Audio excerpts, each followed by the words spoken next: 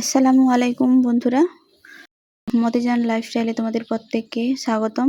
আর আশা করি তোমরা সবাই ভালো আছো। তো আমিও ভালো আছি। আজকে চলে এসেছি নতুন একটা ব্লগ নিয়ে। তো দেখতেই পাচ্ছ আজকে খুব সকাল সকাল উঠে পড়েছি। উঠে আমি প্রেয়ার সারলাম, এই খাতাগুলো নিয়ে গেলাম, নিয়ে গিয়ে প্রেজেন্ট করালাম কতজন বাচ্চা আছে, যেহেতু এটা আমাদের একটা রেগুলার একটা কাজ।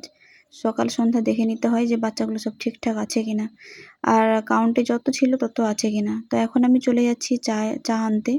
তো প্রত্যেকটা বাচ্চা চা নিতে চলে গেছে, ওরা অনেক ভোর থেকে উঠেছে। তো তোমরা দেখতেই পাচ্ছ যে প্রত্যেকে সকালবেলা সমস্ত সব কাজে ব্যস্ত। আর তোমাদেরকে একটা জিনিস দেখাই চলো। এই যে গাছ দেখতে পাচ্ছ না, এই গাছের ফুলটা দেখো একবার, কত সুন্দর এই ফুলটা। আর সত্যি এই ফুলটা দেখে সকাল সকাল আমার মনটা আরও ভালো হয়ে গেল। কি সুন্দর লাগছে এই ফুলটা। আর সাথে পাখিদের কিচিরমিচির সব মিলে একটা দারুণ একটা পরিবেশ দাঁড়িয়েছে এখানে। তো চলে যাই চলো বন্ধুরা, যে আমিও তো চা খাবো, আমাকেও তো কাজগুলো করে নিতে হবে, নিজের কাজগুলো। আমি চলে এলাম চা নেওয়ার জন্য, কিন্তু চা নেওয়ার জন্য তো একটা জায়গা নিতে হবে।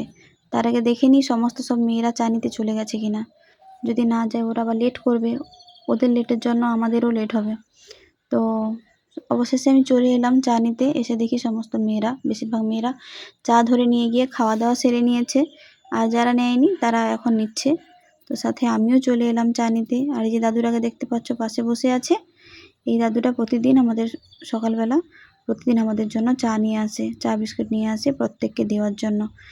তো আমরা প্রেয়ারের কাজ শেষ হয়ে গেলে তারপর দাদু চা নিয়ে আসে। তো তখন মেয়েরা প্রত্যেকে চা ধরে নিয়ে গিয়ে খেয়ে দিয়ে সবাই পড়তে বসে যায়।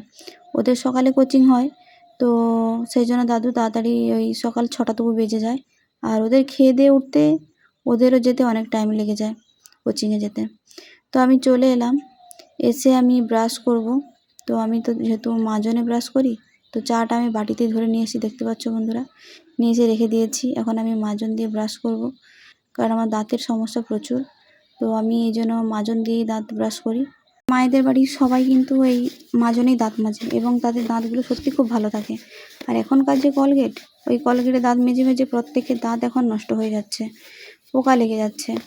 তো আমাকে আমার মা না বলে দিয়েছে যেহেতু, যে কলগেটে দাঁত মাজতে হবে না, তাই আমি এই মাজন দিয়ে ব্রাশ করি।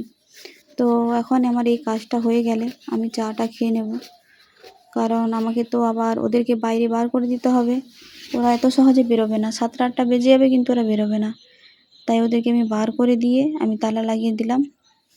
তো বন্ধুরা, আমার এই ভিডিওটা যদি খুব ভালো লেগে থাকে তো তোমরা আমাকে লাইক করবে এবং কমেন্ট করে জানাবে পরবর্তী ভিডিও তোমরা কি দেখতে চাও। তো দেখা হচ্ছে নেক্সট ভিডিওতে। আসসালামু আলাইকুম।